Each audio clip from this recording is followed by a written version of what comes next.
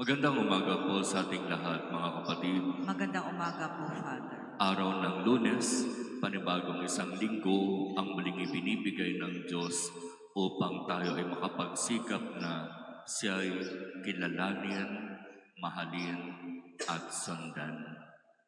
At nagpapatuloy tayo sa ating pagninilay bilang paghahanda sa kapistahan ng pag-akyat ng ating Panginoon sa langit na ipagdiriwang natin ngayong darating na linggo. Kaya ang mga ebanghelyo ngayon ay tungkol sa kanyang gagawing pag-alis at pagbabalik sa Ama. At sa kanyang pag-alis, sisiguraduhin niya na ang mga alagad na kanyang iiwanan ay nakahanda. Nakahanda sa kung ano ang aasahan nilang darating. Lalo na yung mga hindi magandang karanasan dahil sa kanilang pagsunod at pagiging tapat kay Jesus. Kaya nga sa Ebanghelyo sinasabi, huwag kayong mawawalan ng pananalig sa akin. Kapag dumating na ang oras na kayo ay pinalayas sa mga sinagoga, kapag kayo ay inusig at tinuligsa, kapag kayo ay pinaratangan ng mga kwento na walang katotohanan, huwag kayong mawalan ng pag-asa.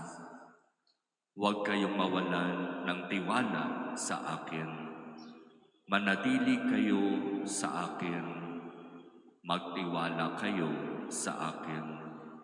Magagawa nila ang mga bagay na ito at darating pa ang oras, aakalain nila na sa kanilang pagpatay at pagpapahirap sa inyo, ang ginagawa nila ay tama.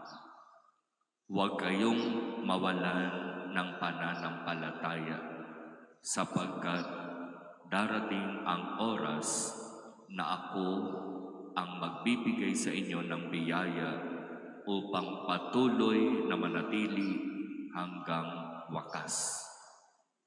Patuloy na manatili sa kabila ng kamatayan.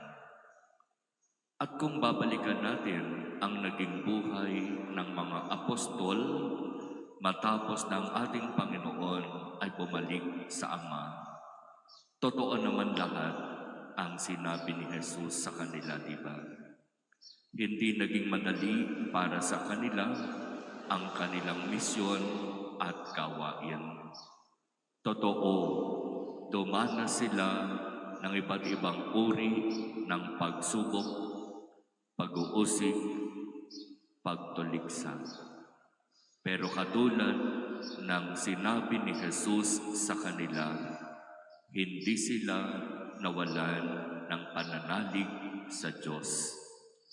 Ang lahat ng karanasang hindi maganda ang mas nagpatatag sa kanila.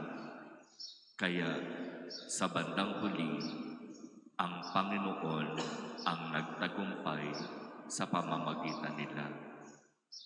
Ang mga apostol na ito ay naging mga martir ng ating pananampalataya, naging tagapagpahayag ng mabuting balita sa kabila ng matinding krus na kanilang pinasan sa kanilang gawain.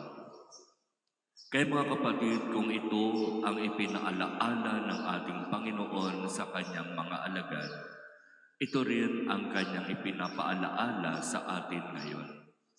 Na kung tayo, katulad ng mga alagad, ay magiging tapat sa ating pagsisikap na sumunod at maglingkod sa ating Panginoon, umasa tayo na tayo rin ay daranas ng iba't ibang uri ng pagsubok, pag-uusig, pagtuliksa.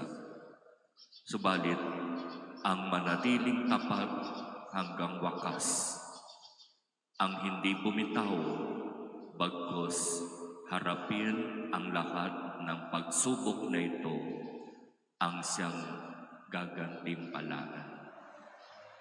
Kaya mga kapatid, hingin natin sa Diyos ang biyaya ng katapatan para sa ating gawain at sa ating pagsisikap na makasunod sa ating Panginoon.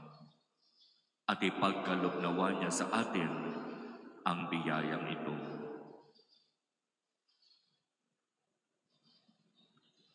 Amen.